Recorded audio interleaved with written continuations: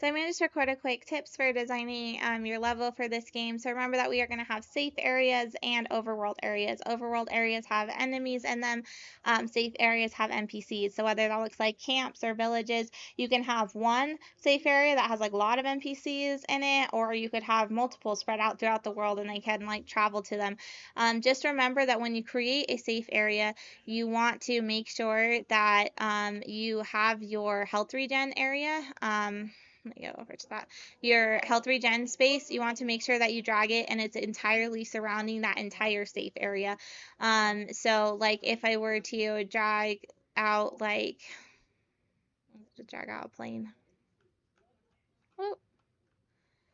So if I were to drag out a plane and have a space, let me just shrink this guy down. Like let's say that I want to put my safe space like right over here and I want to like have like a town area that all my NPCs are going to be part of, and I'm going to put all my NPCs over here. My enemies are going to spawn the world. Then I want to take my health regen area and make sure that I'm putting it entirely around that space that is going to be safe. So make sure that you're like surrounding that space, but that you're not putting it in the overworld space. So make sure that health regen is there. Make sure that your player start is inside of your safe zone. Collection items, they can be wherever you want. Enemies can be wherever you want. But make sure that you build out your safe area and your overworld area. For textures, if you want to get any images off the internet, so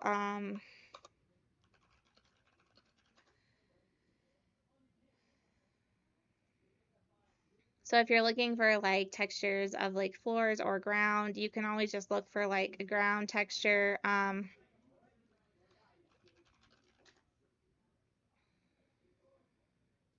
And you can just find something like this, and you could always just put it into Unreal Engine. I'm not going to really organize it just to make it easier to actually, I might need to save it.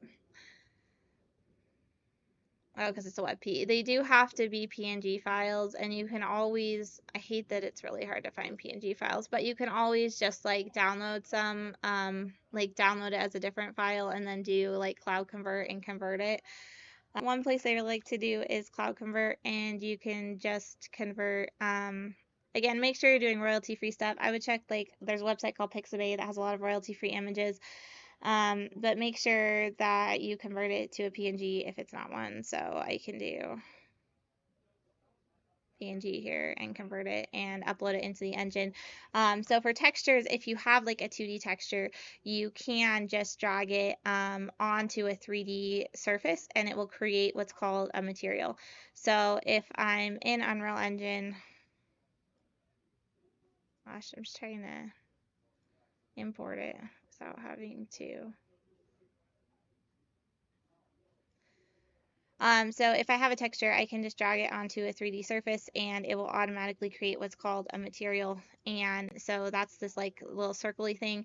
That's a 3D material. There are a couple things you can do. Like I have a bonus video that will show you how to make it so you can like stretch or tile your texture differently so it doesn't look huge or it doesn't look like tiled. There's like a pretty simple way to do that. So I'll show you how to do that in a bonus video if you're curious about that. But yeah, any like 2D PNG texture you can create into a material by just dragging on the 3D plane. Notice that it like repeats on this. So again, the video shows you really simply how to not make it do that, how to make it stretch more like it does on this plane. So if you wanted to do that, you can go look at that video. But you can add materials to basically anything using just images, like texture images. You could download some free assets. There is something that is nice called Fab and Quixel Bridge. Quixel Bridge now requires you to pay for it. So if you had it Unreal before, you could get that for free.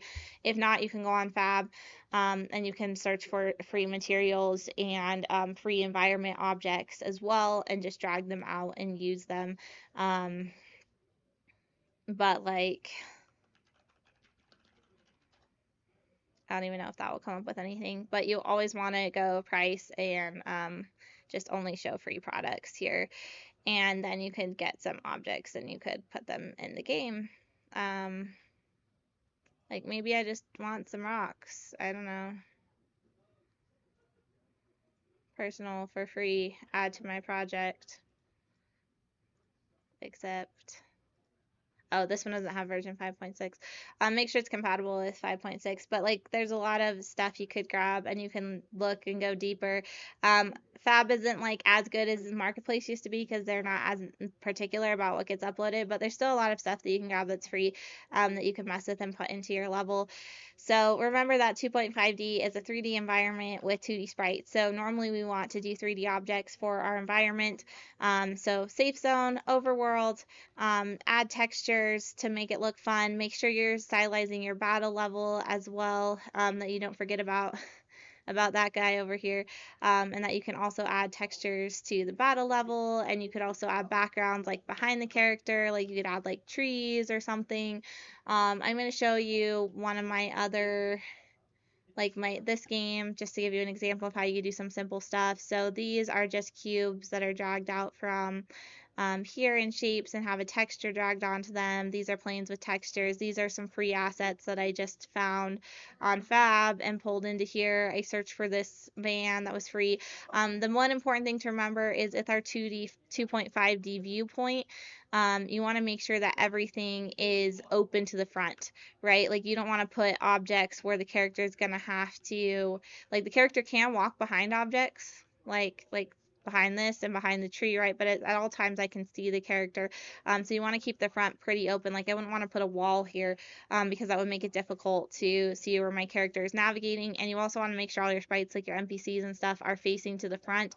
Same with like my little cats and stuff. Like any 2D object, make sure it's facing to the front so that you kind of like have that viewport in mind. And if I look at the battle, if I go to the battle level here, sorry, maps, battle level, battle map. Battle level here, I also have like trees behind and textures, and so like when they play the battle level, like this is the view, right? And so you, for the battle level, you don't have to design the whole level, but you should design like the space that the camera can see in this level. So just have fun with it, design it out, have multiple safe areas or have one. Get some free assets or build your own if you want to. Use textures, use materials. And again, I do have some bonus videos that show you how to add sound and really easily that show you how to mess with the materials so they don't repeat really easily. If that's something that you want to do, just make sure that you're designing, again, open to the front, keeping that in mind. And if you're finding that your camera clips as it goes behind things, you can take off collision on the camera. So if you go to, here, let me pull up ours. If you go to my character here and I go to, let's see, my base ally where our camera is, if you click on the spring arm, you can search for collision, and there's a thing that says do collision test, and you can just turn it off right there. That's on the spring arm. And if you do that, then like before, so if I go back to main map here, before when I would try to go behind these cubes, it would clip my camera, but now it won't. So notice there's no like camera clipping. So definitely turn that off if you're going to have objects that they can walk behind.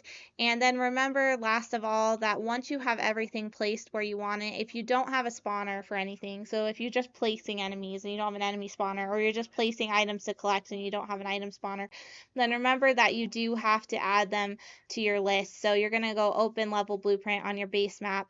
And then inside of this list, the level actors list, you're going to want to add these different indexes in here for every single item in the map. And remember that you want to delete it once you add its location in there so that it can spawn, but also not respawn when you come back from the level.